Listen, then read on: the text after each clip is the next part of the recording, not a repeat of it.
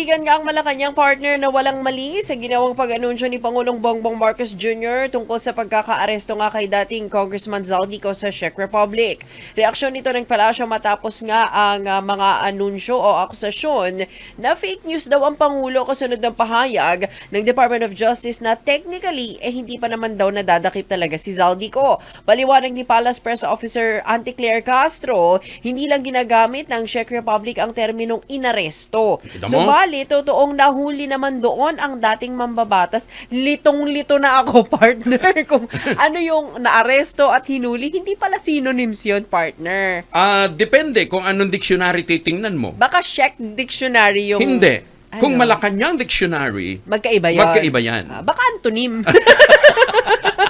Gate ni Castro, hindi daw premature at lalong hindi daw fake news ang naging anunsyo ng Pangulo kaugnay ng estado ni Zaldico na sabit sa maanomalyang flood control projects. Ano ba ang inanunsyo ni Pangulo? Hindi po ba ang inanunsyo ng Pangulo unang-una ay nahuli si Zaldico? Totoo naman.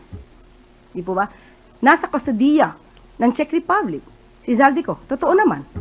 At ang sabi ng Pangulo, nakikipag-coordinate tayo sa Czech Republic. Totoo naman. So anong premature doon? Walang premature doon.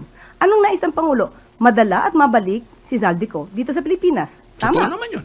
Walang pagbabago doon. Hanggang Totoo ngayon, yun ang nais din natin. Totoo So anong yun. premature doon? Walang premature doon. Totoo yun. Walang premature dun, partner. Totoo yun. Pero, wala naman daw sa Czech Republic si Zaldico na nagsabi mismo. Totoo yun.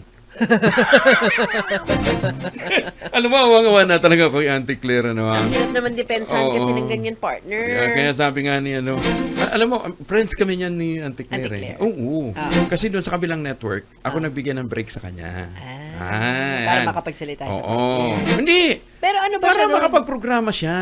May Nagprograma programa, pa siya oo dati. naman, usapang di Campanilla. really? Kasama niya si Attorney Danny Con. Hindi, originally, Highball Pinoy. Okay. Kaso hindi nagtagal yung programang Highball Pinoy, natsugi kasi walang rating. Ganun ba? Oo. So, nung matsugi, sabi niya, baka naman pwedeng Makapagprograma siya. samahan ko si Attorney Danny Con Okay. sa usapang di Campanilla.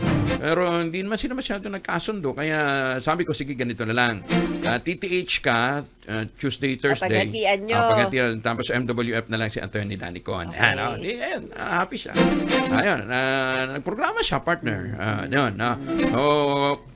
Kaya friends kami. Kaya sabi niya sa akin, tumawag siya, sabi niya, ikaw bira ka, ni-interview na ako ni Jerry, ni Anthony, ni Ted, ni Deo. Lahat sila, ni-interview ko. Ikaw, hindi mo ako ini-interview. Sabi ko sa kanya, boss, pasensya ka na. Kung konti listeners ko, baka mabawasan pa.